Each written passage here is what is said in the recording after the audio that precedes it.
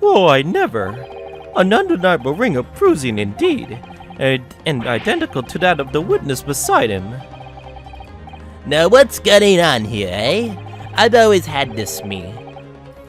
It's a birthmark, ain't it? A birthmark, you say? I assume the reason you've been recalled to the stand has been explained to you. Something about the inspector again. I'm telling you, you've got it all wrong as usual. You're denying all knowledge of it. Well, of course I am. Are you trying to kill me with all this nonsense? Well, at least you'll have more stories to peddle back on Fresno Street, won't you? Now, we're going to need you to testify again. And you, Mr. Roussel and Mr. Rossi, I'm sure you'll cooperate, won't you? Do we have any choice? We're in a big trouble, eh, Capo?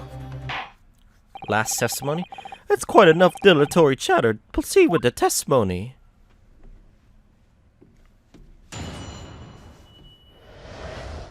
Inspector and the identification revisited. The man who claimed to be Inspector that day was definitely not this man. Is that right? You think we would forget those gun and lips, huh? I'd never leave Fresno Street, alright? I'm not interested in any red-headed league. I'm all alone in the world, me. I'm no kingfolk or nothing. Why would I be involved in something like that? Just look at me, eh? Does it look like I would carry off in the skies with a face like this? Maybe? It would be certainly appear that we have the wrong man. What I've been telling you, there was no need for this pointless testimony. That's right. I'm simple peddler. Remember? Fresno Street's all I know. How would I come by a police inspector's identification book, eh? Well, yes, that's hard to explain, but... A brief cross-examination, I think, counts are very brief. Isn't there anyone in this courtroom who thinks I might be onto something? I stand steadfastly on your side as always, Mr. Naruhodo. Kazuma, what is he thinking right now?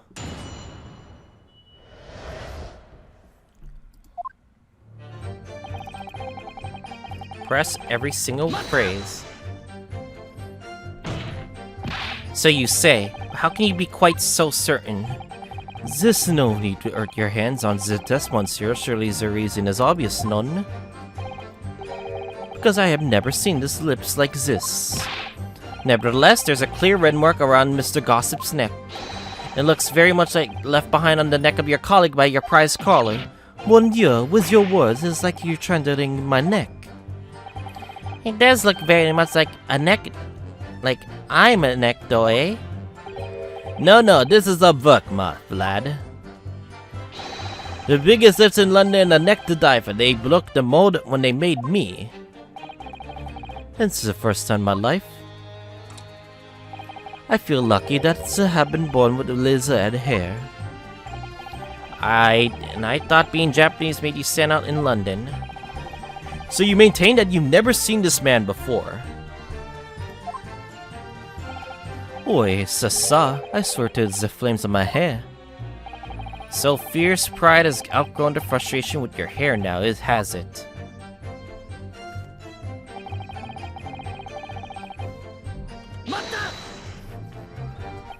Well, yes, I don't remember I'll forget those lips in a hurry, either. That is what I'm saying. For some reason, it makes me want to eat. How did Fabian call it? Iconoclare.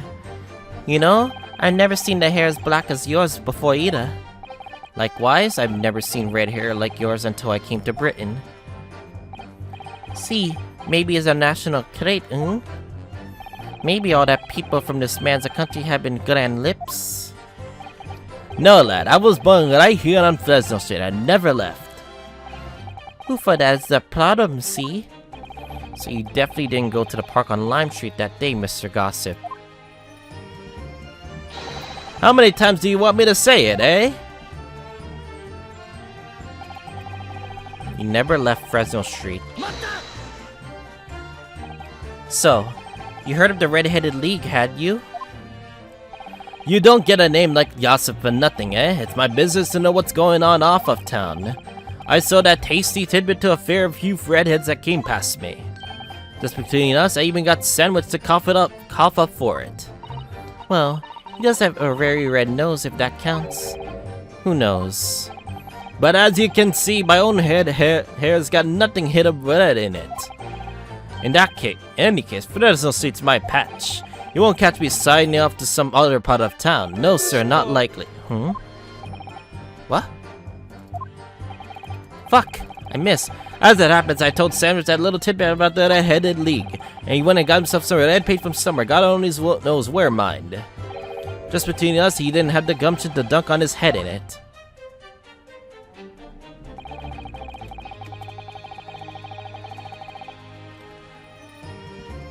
Fine, then I'll check back that phrase. You mean you have no family? No, none at all. So I spend my days on Fresno Street peddling tidbits to passersby, hoping just between us this is eventually someone else with lips like mine will come along. I don't really think so. You may be right. Anyway, that mark on your neck is just too much of a coincidence for us to ignore. Well, what's a fella to do then, eh? If you don't believe me, we're at an impasse. And there's nothing I can do but flick me lip. It looks like I'm not gonna get anywhere here unless I can produce some proof. You're basically saying I got dressed up and posed as some fancy inspector, aren't you? Well, it's beyond me to see how you think I could do that.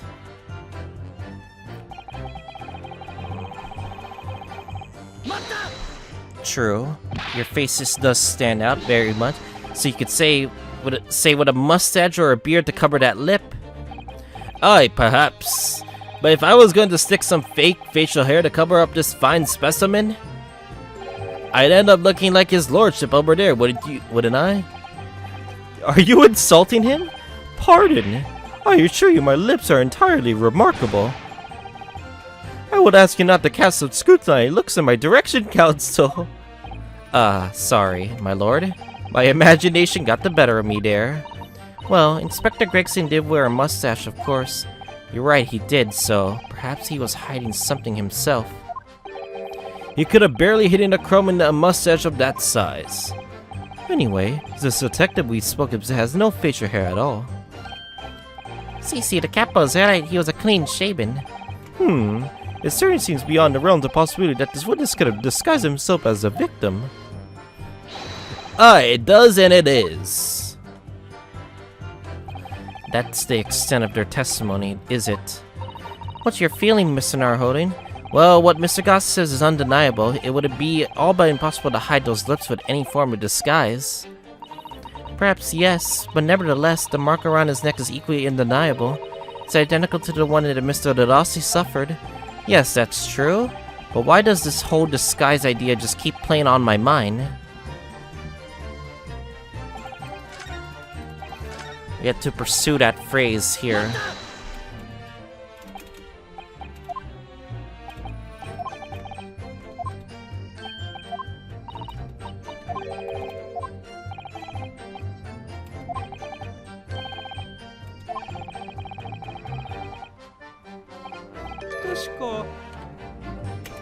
There we go.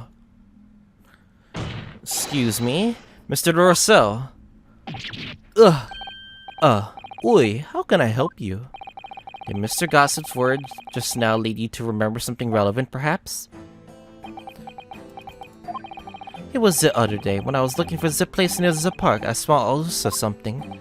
To be the headquarters of your red-headed league, yes? I visited an Ocean agent on Lime Street, and there I saw him. This man was paying money to the agent. What? Nani? Mr. Gossip with a housing agent?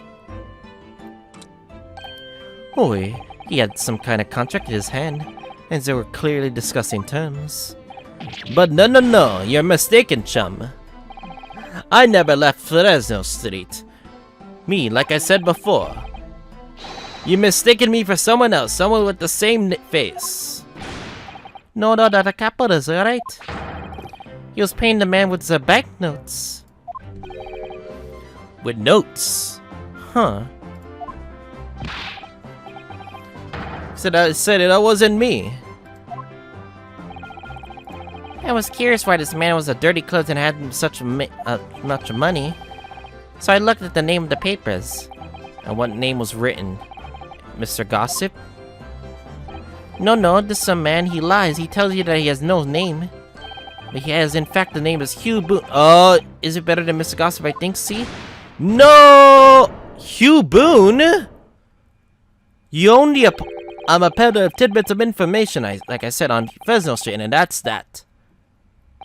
I don't much like folk talk about my personal life. Indeed. It is not the intention of the court to invade the privacy of witnesses. Oh my god, we got him. Very well, so respect your wishes, sir. Aforementioned name shall be redacted from all court records of this trial, assuming no objections. Objection. If I'm sorry, my lord, but the defense does object. Because the name just mentioned has a very deep significance to this case. Good gracious, do you simply object, Prosecutor Sogi? As it happens, my lord, that particular name has already been mentioned during my today's proceedings. Oh, I never, in what capacity? Hugh Boone. Name, the leaseholder of the room. Let me put this simply. The victim's body was discovered in your rented room. What do you gotta say about that? I suggest, sir, that you start talking. Well, alright. I suppose that might be the case, eh? Why? Why is that your room? So your real name is Hugh Boone? Just between us, I don't like to blow my own trumpet, but there's no finer peddler tidbits in town. So I happen to be afford a glubby room in the falling down backstreet townhouse. You do? And once every 6 months I go and pay the rent to the Legion on Lime Street. I remember now. There were 2 vulgar redheads in there last time. Hey, if either of us was a vulgar, it's not a me. Think again, Peppino. Why didn't you bring this up before? It's like I told you already. I don't like talking about my personal life. I'm a tidbit peddler as far as everyone is concerned. No fuss. You will update your testimony to include this most surprising revelation, Mr. Boone. If I must. So the leaseholder Scotland Yard has been looking for horror since the body was discovered. Has been here under our noses all along. Aye, and I entered that room where that fellow was found. It's suited, but what difference does it make? It makes a lot of difference. If you owned a room, that you could have access to that room. So you live in that room, presumably, do you? No, I don't live there. What do you think? There's no bed, is there? It's just a desk. Then, why would you want to rent it? Well, I don't think I should have to say it, really. Now, how about the notice board in there, which was covered from the top to bottom in confidential documents that only the police should have access to? No, that board's not mine. The inspector must have brought it along. It's only the other bits that belong to me, the desk and the chair and that. People don't generally carry an enormous notice boards around with them. The real question is, why was Inspector Gregson killed there in your room? Well, obviously, I not the faintest idea. I mean, it's causing me no end of the bother, to be honest. Seems to me that Mr. Mr. Boone, would rather have as little to know about his room as possible for some reason. It does come across that way, and more importantly, knowing that the scene of the crime is actually his room completely changes things. In particular, there's one part of his testimony that's really bothering me now. That's how I'm finally gonna undo this man.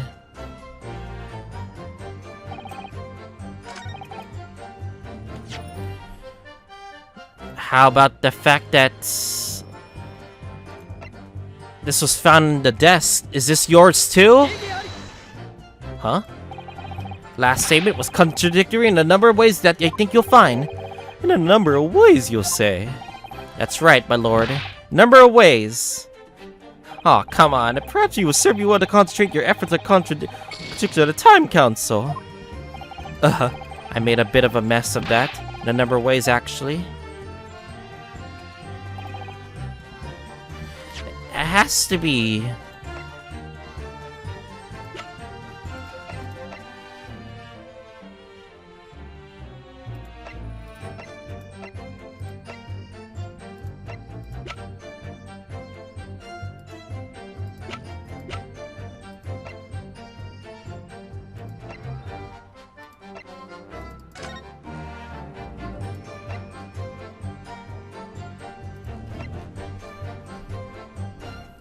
I'm trying to think. I thought it was gonna be the photo because it was on the desk.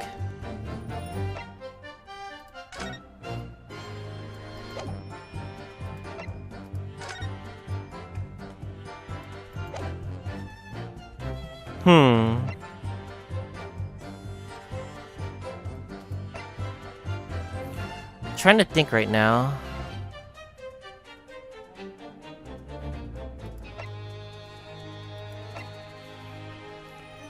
Does this have anything to do with it? No? At all?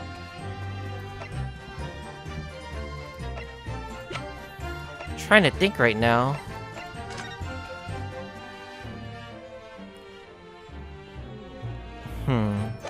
Trying to think right now.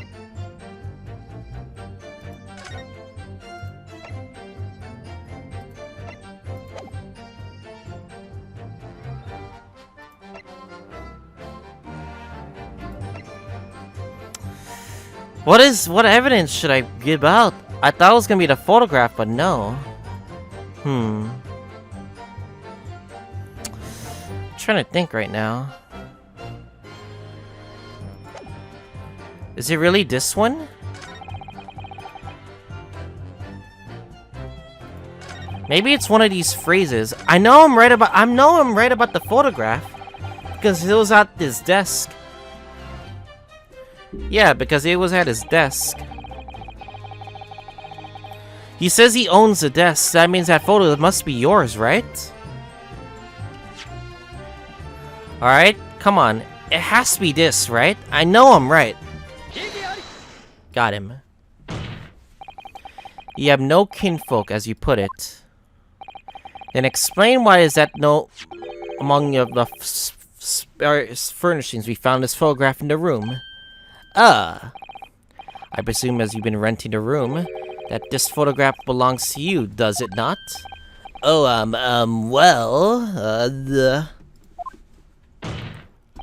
Mr. Boone, drop the pretense and tell the court exactly who you really are. I don't know what you mean. I'm a peddler. I keep telling you so. And I don't really need you to bother with me. Please just leave it alone. As the man says, leave it alone. Whatever the truth is about the man's life is no bearing on this case. It is simply not possible that you impersonate Inspector Gregson. How can you be so sure? Just look at the man. No amount of disguise could ever hide the unmissable features. But what if we were to look at this the other way around? What do you mean? What if you're someone else? Yes, Counsel, what do you mean?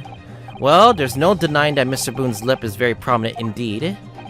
But consider the possibility that this prominent lip itself is an elaborate disguise. Then hiding that prominent feature, in other words, revealing his true face, would make an utterly impenetrable disguise. Wouldn't you agree, Mr. Hugh Boone? Gah! Good witness! Are you hiding the truth? Still hiding the truth from this court? What if Hugh Boone's really not your name? If that's a disguise, then underneath it, his true identity must be... Yes, that's right. There's really one person that could really be. My lord, the defense believes that it can reveal Mr. Boone's true identity to the court. No, please, no. Very well then, Counsel. What is the true identity of this peddler who goes simply by gossip on the streets? There's only one person I could think of. Daily Vigil. Your real name is actually Mr. Vigil, isn't it? Mr. Daily Vigil? Gah! I don't recall that name, Counsel. Who is this Mr. Vigil? It's a name I encountered yesterday, my lord. It has to do with a certain client of Mr. Herlock Sholmes. A young gentlewoman came to the detective asking him to locate her missing husband. The woman in this photograph, in fact, this is Mrs. Vigil. Nani? From what I understand, you have been returned home since the night before the inspector was found dead. But of course, on that night, you were being held captive by the two red-headed league men. And last night, you were put up to the by the prosecution or service in preparation for the testifying in this trial. Because we've been led to believe that you, Miss Venus, and Mr. Sandwich were all homeless. Being important witnesses in this case, we needed to know where we could find you, of course. That explains why you have not been unable to return home. You're also unable to contact your wife, who's been beside herself with worry, waiting for you at the vigil residence. No, you just hold on a minute. You don't have the first idea what I'm talking about? Really? It's a simple enough matter to confirm my suspicions. All we have to do is pull off that disguise. No! Please! Bailiff, bring a soap, a sponge, and a washbowl at once. Mr. Rosell and Mr. Rossi will restrain the witness. Oi, my lord. See, my lord. Take off the mug. Ah! No, stop. Get off. Don't.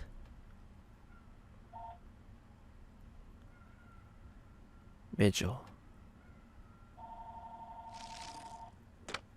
Wow.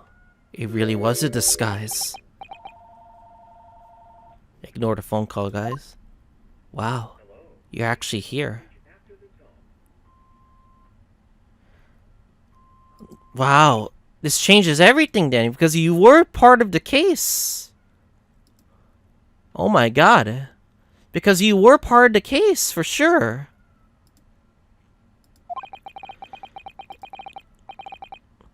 We are now seeing your true features, I presume. Lift your head, sir, so the court can see your face.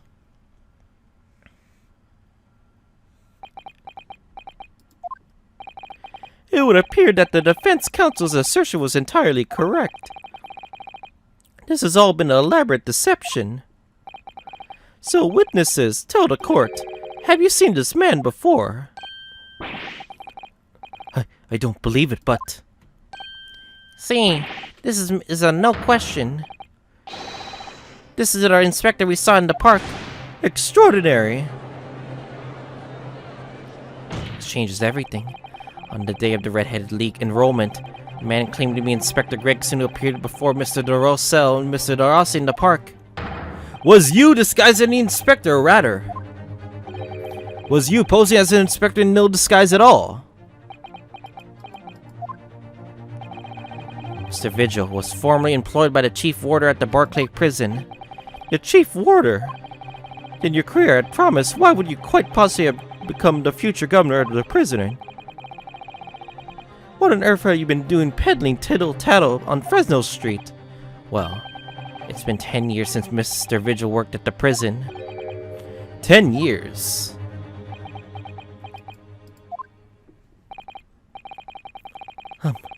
I'm really dreadfully sorry about all of this.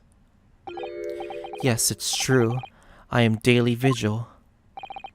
And you were the Chief Warder at the Barclay Prison 10 years ago. You let a man escape in the prison. So where did Mr. Hugh Boone come from? Boone is the other me. It's a name I invented. Well, evidently, there's a great deal under the surface here. I'll explain everything. I'll just tell you how my wretched life has become.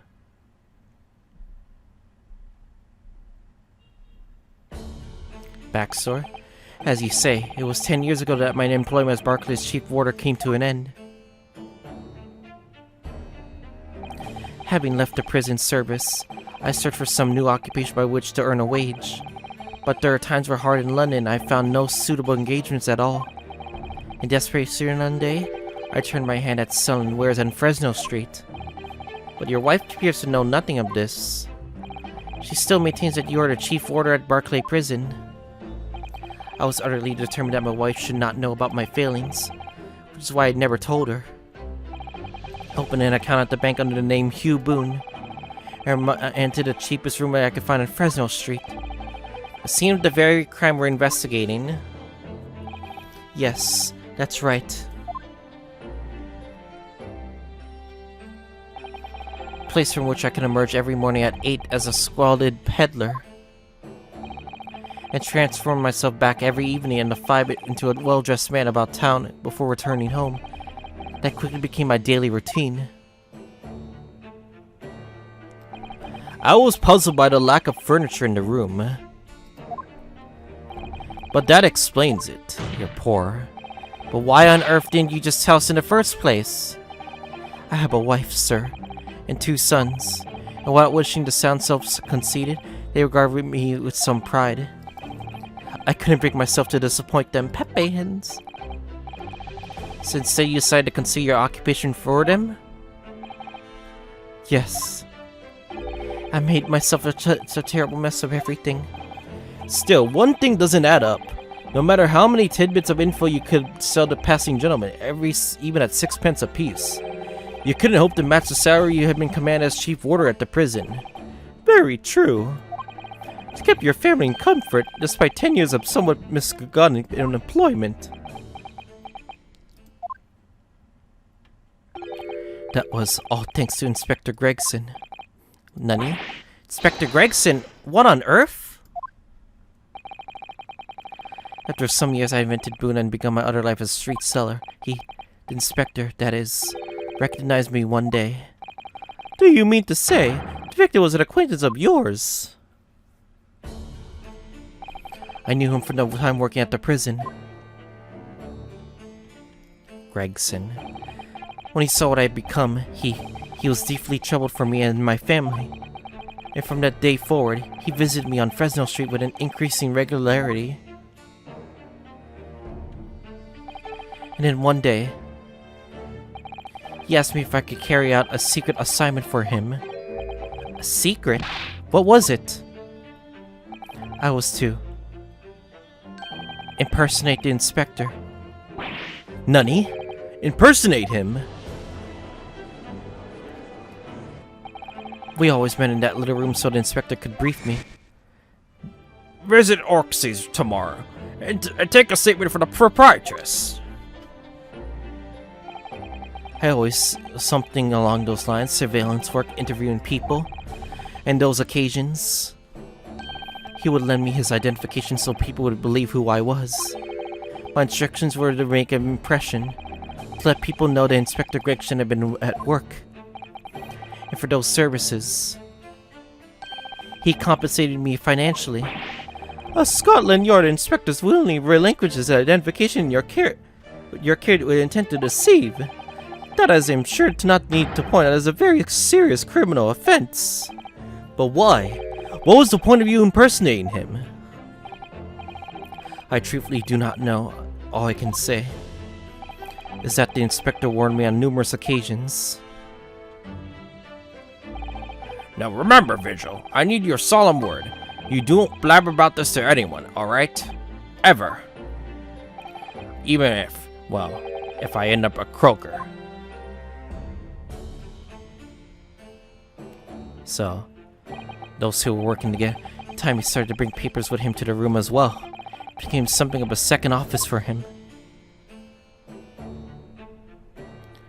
So, in fact, the person who declared himself to be Inspector Gregson at the park in Lime Street was really... Yes, it was me, acting on the inspector's orders. As usual, I removed my Boone disguise, and then went as instructed to the park armed with the inspector's identification book. It never occurred to me that the bruise on my neck might give me away.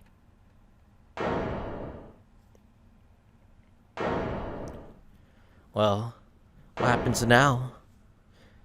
Do you know anything about Inspector Gregson's death, then?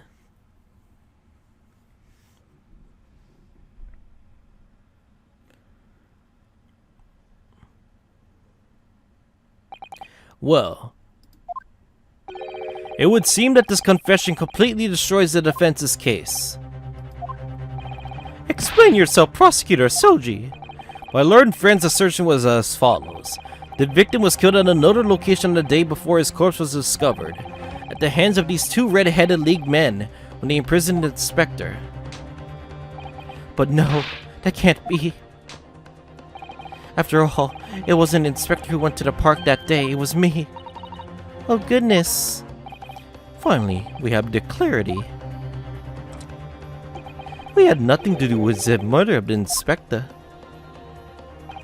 And merci, Monsieur de la Defense, for proving it. Well, damn.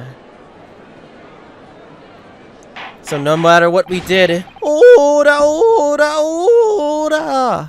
damn, no matter what we did, like, we still proved that the red-headed people didn't have nothing to do with their death. It would appear that we have reached a de facto conclusion of sorts. These witnesses had no involvement in the murder of the victim, damn. But Von Zeeks has proven somewhat ironically by the defense. I hereby call to an end to this cross-examination. He's gonna announce the verdict. No! Huh?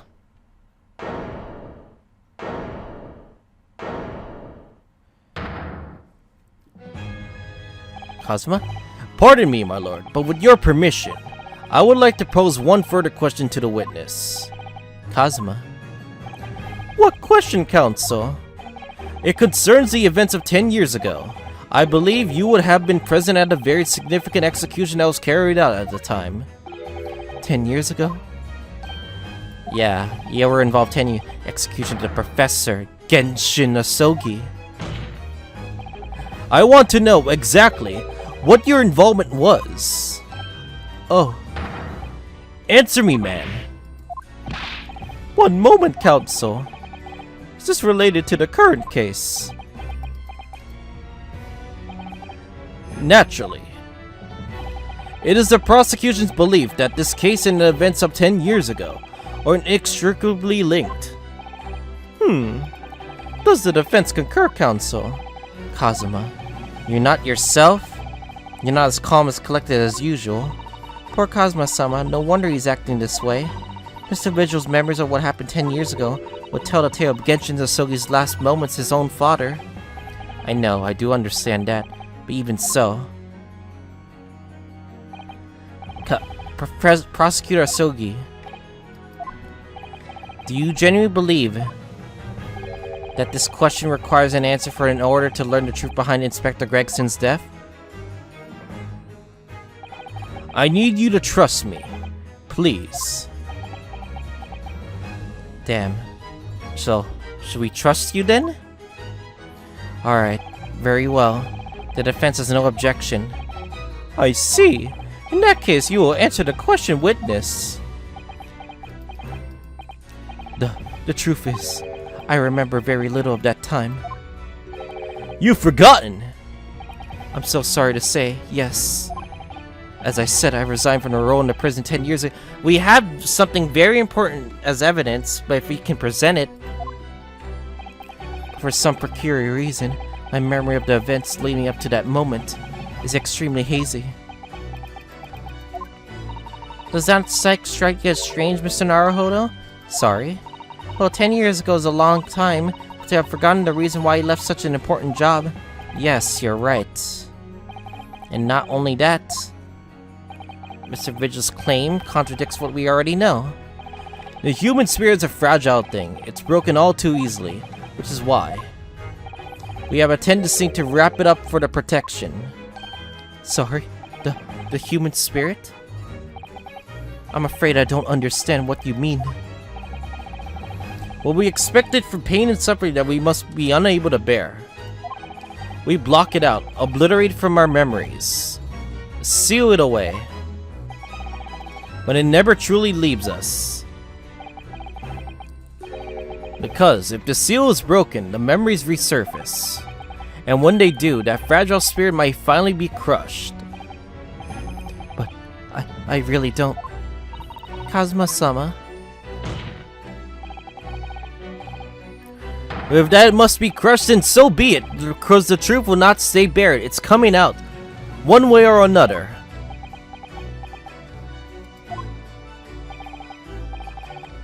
Right, now I understand. It's clear what his intentions are. He means to expose the truth at any cost. Kazuma. Perhaps if I pointed out the contradiction in what Mr. Vigil claimed earlier, it might cause some crucial memories to return to him. But should I? Should I present evidence or not? Do it. No choice. I have no idea how this is going to go, but this is a court of law, and I have a duty to pursue the truth.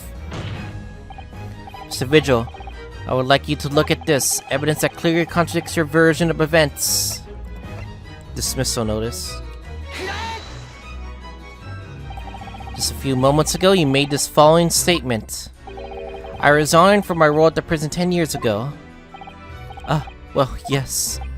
In other words, you claim to have left the post of Chief Warder of your own volition. Well, yes, of course. Why? Tell me. Do you remember seeing this document before? No, I don't. This is a dismissal notice ordering the immediate termination of prison staff members' employment. A dismissal notice? And the name on the notice is yours, Mr. Vigil. Me? Nani? It's mine? So you didn't resign from the prison service at all? For some reason, you were dismissed as Chief Warder from Barclay. No, there must have been some mistake. I'm sure I heard my resignation dismissal notice is nonsense. Isn't it? If you were forcibly dismissed, there must have been good reason. Clearly, you did something. Mr. Vigil, it's time to break the seal and have you remember. Oh my god, his memories are coming. According to the few remaining records, the final execution that you supervised was on the 17th of June, 10 years ago. And on that day, something very serious took place at Barclay Prison. 17th of June. Was that the professor's execution? The professor? As you were the Chief Warder at the time, it stands to reason that you would have been present throughout the proceedings.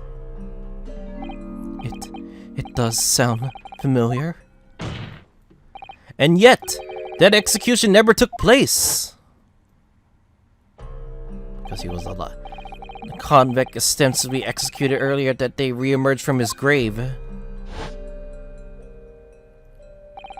The convict came back to life. In the cemetery in the middle of the night, there was a witness. However, the witness claims that a moment after he saw the convict clambering out of his grave, he was shot. A gunshot rang out from his shoulder, and the bullet pierced the professor's chest, killing him instantly.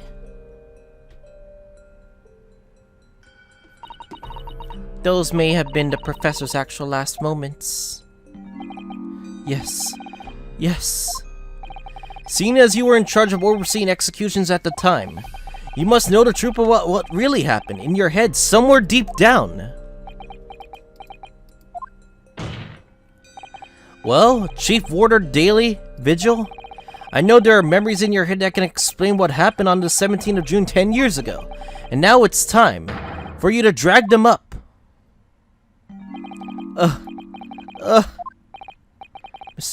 Mr. Vigil?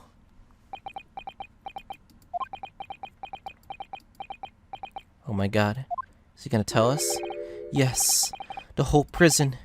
It was complete chaos. The prisoner escaped. He was killed in the cemetery. The shocking news ripped through Barclay like a hurricane. What? Nani? Yeah, he escaped prison. Ora! Do you mean to say, Mr. Vigil, that your memories of the time returned? My head, it's like some floodgates have been opened. The images, the screams. Oh my goodness. The papers. There were reports, articles about a man who'd seen a ghost. Yes, and not Streber. But surely those reports were exaggerated. No, they're true, for sure. There were traces at the scene. Traces of what? In Lowgate Cemetery, at plot 139, blood. Lots of blood. That's where the man was buried, of course. Obviously, something terrible had happened there. The depths of the conspiracy and depravity of which this tale is emerging are quite staggering. I reviewed the police records from the time extensively. A thorough investigation was conducted by Scotland Yard to ascertain how the convict managed to escape in the first place. And the conclusion reached by the investigation team was that a member of the prison staff must have been involved. Oh my god. Someone aided his escape.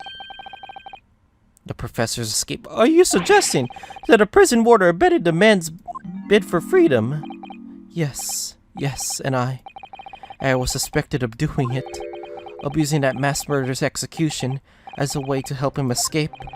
You did what? I remember now. The horror of it all is coming back to me. One evening, a few days after the execution, some detectives came to the prison. I was called to the governor's office at the top of the watchtower.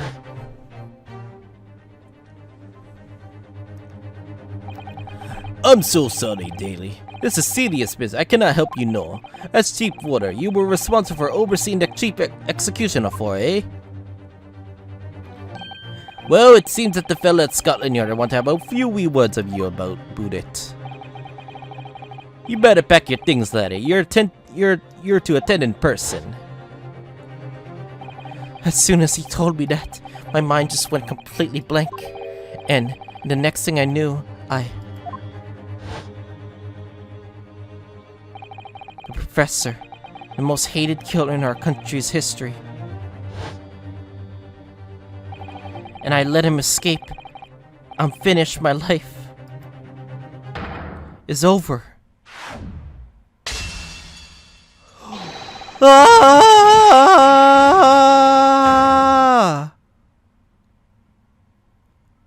Oh my god.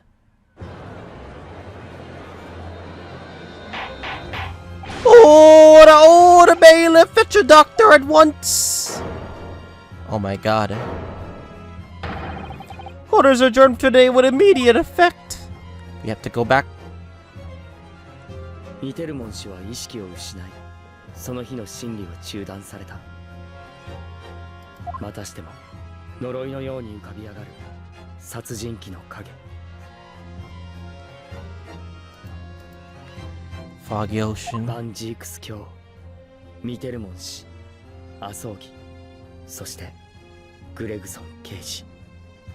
彼らを縛りつける重い鎖は過去からの闇を引きずっている。